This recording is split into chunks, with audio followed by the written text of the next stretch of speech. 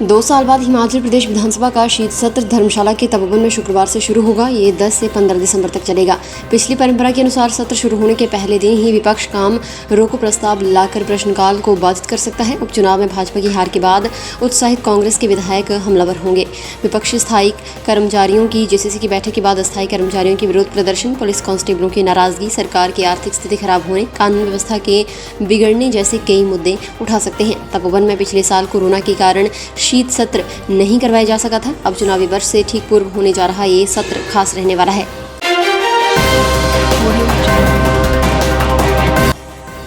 विदेशों से हिमाचल प्रदेश लौटे 430 लोगों में ओमिक्रॉन वेरिएंट नहीं मिला है। राष्ट्रीय बीमारी नियंत्रण केंद्र दिल्ली से ये रिपोर्ट मिली है। कुल 550 सैंपल जांच के लिए भेजे गए हैं। अन्य की रिपोर्ट आनी अभी बाकी है। विदेशों से आ रहे लोगों को 14 दिन के लिए क्वारंटीन किया जा रहा है। उपायुक्त और मुख्य चिकित्सा अधिकारियों को प्रतिदिन इसके स्वास्थ्य की रिपोर्ट सरकार को भेजने के लिए कहा गया है।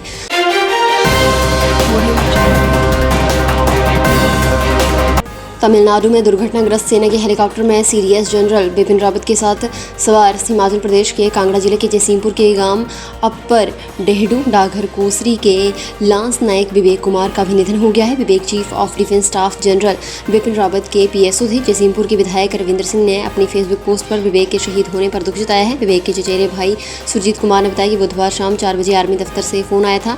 वहां से विवेक कुमार का बायोडाटा पूछा गया। कहा गया कि इसके अलावा कोई भी सूचना नहीं देने के ऑर्डर हैं।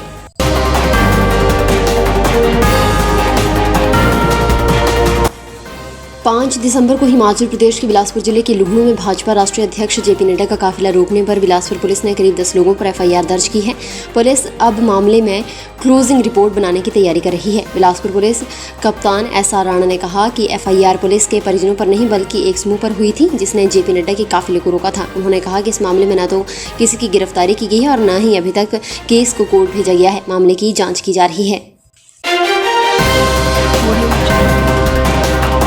हिमाचल प्रदेश में बुधवार को 2 अलग अलग सड़क हादसों में दंपति समेत 3 की मौत हो गई है जबकि 15 लोग घायल हुए हैं। एक लड़की लापता बताई जा रही है। 2 पुलिस थाना झाकड़ी के तहत 15-20 क्षेत्र की दुर्गम पंचायत जगोरी में बुधवार दोपहर दाह संस्कार से लौट रहे लोगों का वाहन दुर्घटनाग्रस्त हो गया। इस हादसे में एक व्यक्ति की मौत हो गई जबकि वाहन में सवार अन्य 15 लोग घायल हुए हैं। घायलों का उपचार रामपुर के खनेरी अस्पताल में चल रहा है। पुलिस ने इस संबंध में मामला दर्ज कर हादसे के कारणों की जाँच शुरू कर दी है। सब्सक्राइब करें हमारे YouTube चैनल को और ताज़ा खबरों की नोटिफिकेशन पाने के लिए प्रेस करें बेल आइकन को।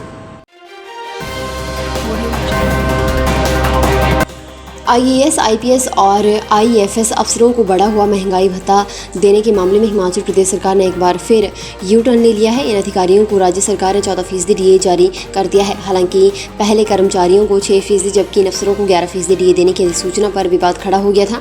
22 सितंबर को राज्य सरकार ने अधिकारियों की 1 जुलाई से 17% की मौजूदा दर से डीए बढ़ाकर 28% देने की घोषणा की थी। इसके अनुसार 31 अगस्त तक के डीए का एरियर उनके खातों में जमा होना था। सरकारी कर्मचारियों को सरकार ने 6% डीए देने की घोषणा की थी लेकिन वे 11% की दर से मांग कर रहे थे। दिसंबर की बर्फबारी से हिमाचल प्रदेश के सेब बागवान बाग हो गए हैं। तापमान गिरने से बड़ी संख्या में चूहे मर रहे हैं। इनके बिल बर्फ से बंद हो गए हैं। दरअसल चूहे बगीचों में सेब पौधों की जड़ों को नुकसान पहुंचाते हैं। ये मीठी और नरम होती हैं इसलिए चूहे इन्हें बेहद पसंद करते हैं। यही नहीं, तापमान में कमी से सेब पौधों में रूट कैंकर, बुली एफिड, स्केल और माइट जैसे रोगों का प्रकोप थम जाएगा। बर्फबारी से पौधों को लंबे समय तक नमी मिलेगी। चिलिंग आवर्स भी समय पर पूरे हो जाएंगे। सेब की रॉयल फसल के लिए करीब 1600 से 1800 चिलिंग आवर्स और सपर फसलों के लिए लगभग 600 से 800 आवर्स की ज़रूरत होती है।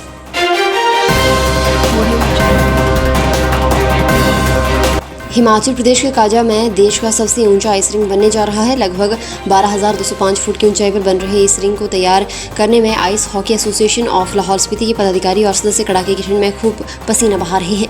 हॉकी रिंग -10 डिग्री तापमान में तैयार किया जा रहा है। गौरतलब है कि जनवरी महीने में काजा में पहली बार राष्ट्रीय महिला आइस हॉकी का आयोजन हो रहा है।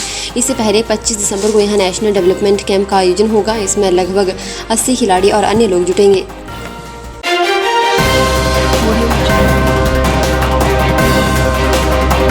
दवा सैंपल के साथ अब आपातकालीन स्थिति में रक्त भी ड्रोन की मदद से पहुंचाया जाएगा। बुधवार को हिमाचल प्रदेश के मंडी जिले में स्वास्थ्य विभाग ने इसका सफल ट्रायल नेरचौक मेडिकल कॉलेज में किया। ड्रोन की उड़ान मेडिकल कॉलेज से 7 किलोमीटर दूर से हुई। पहले 5 से 7 किलोमीटर तक छोटी उड़ानों की दूरी तय करने वाले ट्रायल होंगे, बाद में लंबी दूरी के ट्रायल किए जाएंगे। शनिवार को दवा और टेस्ट के सैंपल को लेकर ड्रोन की उड़ान की थी। तकनीकी खामी की वजह से ट्रायल सफल नहीं हो सका। इसके बाद मंगलवार को ट्रायल सफल रहा। दुर्गम क्षेत्रों में अस्पतालों को ड्रोन कनेक्टिविटी से जोड़ने की स्वास्थ्य विभाग की योजना है, जिसे आपात स्थिति में ड्रोन से दवाएं और मेडिकल टेस्ट लाए और भेजे जा सकें।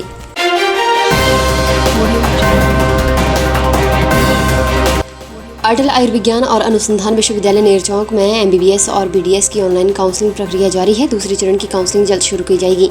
15 दिसंबर से मेडिकल कॉलेज में कक्षाएं शुरू हो जाएंगी। ये बात अटल मेडिकल और रिसर्च यूनिवर्सिटी के vice chancellor doctor Surendra Kashyap ने प्रेस वार्ता के दौरान कही। उन्होंने कहा कि अब तक ऑनलाइन काउंसलिंग प्रक्रिया में लगभग 800 से भी अधिक छात्र छात्राएं आवेदन कर चुके हैं। दूसरे चरण की काउंसलिंग भी शीघ्र शुरू होगी। प्रदेश सरकार ने मेडिकल शिक्षा में सुधार को लेकर प्रदेश में एकमात्र मेडिकल यूनिवर्सिटी की स्थापना 2 वर्ष पहले की है, जिससे प्रदेश में मेडिकल शिक्षा और संस्थानों का बेहतर संचालन हो सके। फिलहाल के लिए बस इतना ही और बड़ी खबरों के लिए बने रहें न्यूज़ सुपर भारत के साथ।